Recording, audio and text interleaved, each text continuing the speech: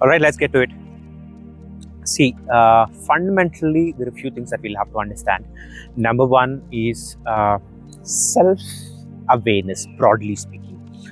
If you do not have clarity in terms of who you are, who you want to be, what has your story been like, what is it that you want, are the goals that you've set, are they coming from your heart or are they just imposed on you? Why is it that you want to work towards anything that you want to work towards, right? All of those things, right? So why is it important to understand about yourself? The intention for this particular video that I'm doing right now is to ensure that I do my best in terms of articulating what's there in the head and heart, primarily around the significance of being self-aware, right? Now, there are multiple aspects to it. I might not be able to cover every single component of it, but yeah, have a good time listening to what I'm speaking. Number one is you need to have an understanding about where has been your peak experiences and the why of those peak experiences. For example, if you ask me personally, one of the peak experiences, especially in my childhood from 6th class to 12th class, in between those 7 years, 6th and 7th I did well in academics, but later on it didn't quite go well because I had no motivation to study, and neither did I have to listen to anybody. So yeah, so if I recall from those experience, if I recall from that timeline, being on stage, it could be participating in, what do you call it, elocution, or giving speeches, or just being on stage and delivering speeches essentially is something that used to make me feel alive. And reading is another thing that used to make me feel alive, especially in class 11 and 12th. I used to skip everything that I was supposed to be doing and just binge read Robin Sharma's books like The Monk Who Sold His Ferraris, The Saint Surfer and CEO, Who Will Cry When You Die. And then after that I used to binge watch Tony Robbins. But anyways, and later on I found myself to be deriving extreme amount of satisfaction by reading and diving deep into stuff, anything that I get curious about. It could be about business, it could be about which industry is raising the max amount of funds, it could be about futurism, what is happening in the world in general, and what have been the historic technological forces that kind of shifted the trajectory of humanity, and what are the forces, the kind of micro industries that are bound to push humanity forward in terms of materialistic abundance and in terms of penetration into the human fabric. But anyways, let's not digress too much into my story. Coming back to what we're talking about, you need to have ideally a significant amount of understanding in terms of what makes you come alive. For somebody it could be writing code, or messing with the computer, or interacting with computer and building something. For somebody else it could be art. For somebody else it could be just generating ideas. For somebody it could be getting stuff done, irrespective of what it is.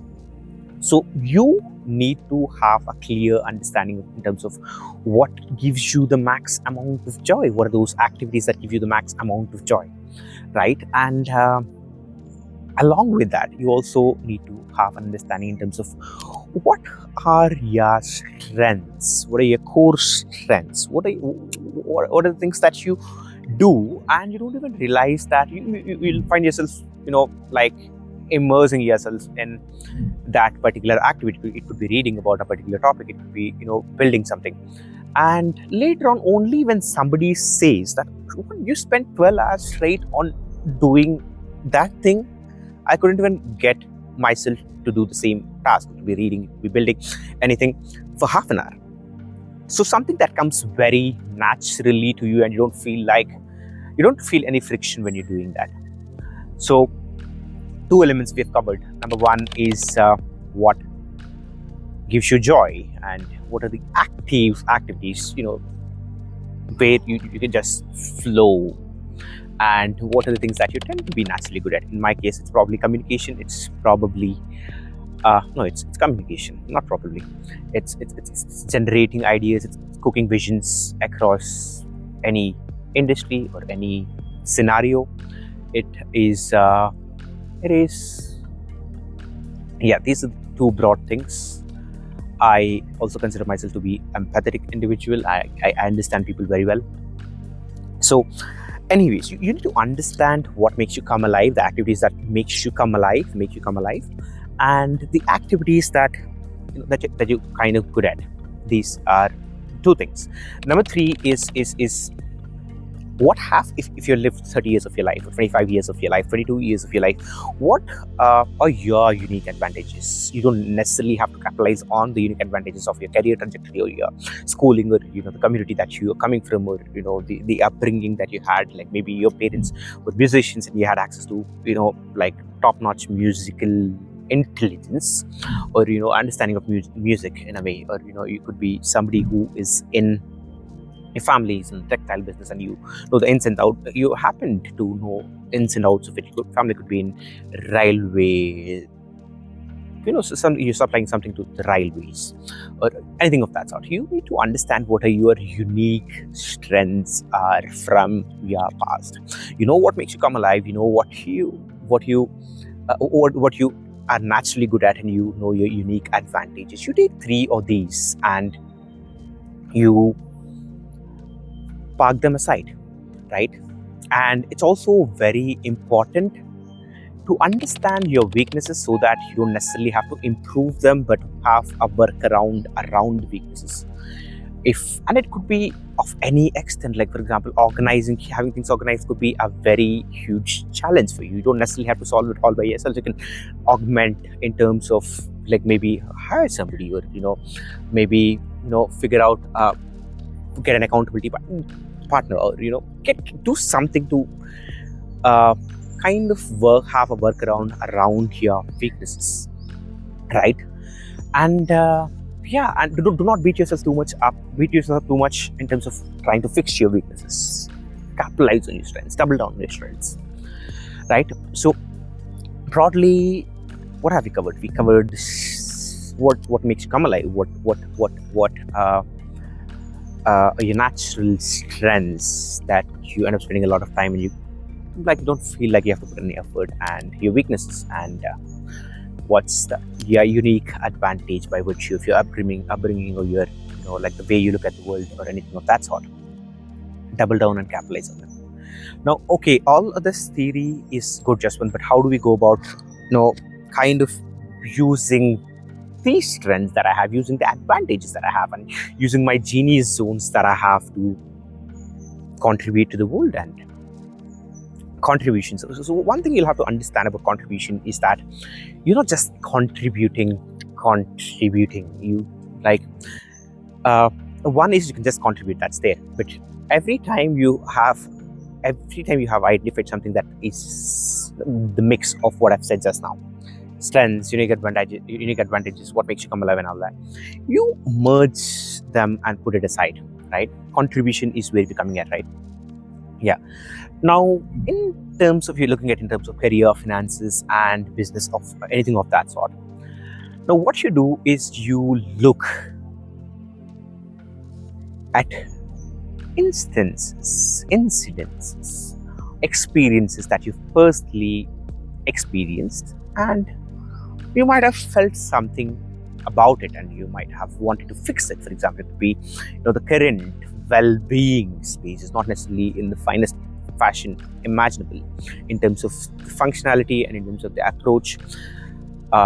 It could be like the fitness from your lens. Like, nothing is ever broken, nothing ever has to be fixed if you want to take that lens. But yeah, from your lens, if you see that there is a better way of doing things, or like a whole new way of doing things, double down.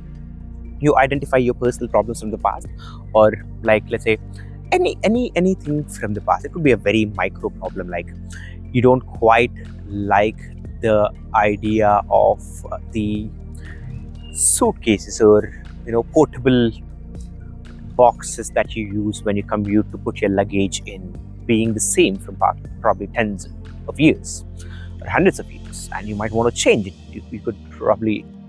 You must have felt that there's a better way to go about it, right? You can so yeah, that, or maybe you somebody who's absolutely not so satisfied with the current state of the pollution that exists in the modern cities, especially in countries like India and the top cities. Or maybe you do not like the way, or you could think of a way where the human civilization right now is thinking or acting or prioritizing or optimizing their efforts for. Maybe you could think of something and start building a institution around it, or a project around it, where you take the new vision that you have and start taking action in a way that it impacts and slowly changes the world to a fashion where you have envisioned. Now you could, but just what I also have to sustain what I'm doing, right? Exactly. So you charge if your vision is very large, and if your vision is broadly has to do with pollution. Maybe you could start trading something, devices, or in that does improve the air quality index of cities. Or maybe you could run programs about awareness and, like, host workshops. Maybe if your thing is, like, you don't like the amount of waste that's going into landfills, especially the not so easily recyclable ones, or not so easily compostable ones. Maybe you could identify some micro thing there and start building a business around it. Like, for a human being to sustain himself or herself on the face of earth, you will have to ensure that you have constant supply to energy. In human civilization, it's money, because you can't move. If you want to build a building, you need money to move it, unless you have access to infinite energy. Let's not get there, but yeah, the vision that you are intending to turn it into reality, you will have to have access to capital. And for you to have access to capital, you will have to, like, you are not a bank to generate money by clicking a bunch of buttons. That's just not what banks do. But yeah, but they do have that feature, right? Which we don't have as non-banking individuals. Or anyways, yeah. So we'll have to find a way to build and take the capital or the money that comes in and use it to keep building the world, which is something that you have envisioned, right? So in the past few minutes, you're identifying your strengths, your unique advantages, and all of that. And then you're also thinking, or like we've also thought about, how do we kind of look at a larger vision and start getting into that space and build something, right? Now, practical execution wise, especially if you're talking about solopreneurs, entrepreneurs, or somebody who want to build a business of their own, or an institutional project on their own, it's very important that you can still go for it just because of the money, but it might not be as fulfilling as when the why of what you're building, and like your why doesn't make sense to 100 other people. Doesn't matter, it just has to make sense to you. So if you were to pick a business which has a higher market, like a larger market, versus a business that is kind of smaller, has a smaller market, one, you need to understand that a business with large market, a large market where you can sell your products, services, offerings, whatever. A small market, but the smaller market kind of makes you come alive. I would strongly suggest that you go towards this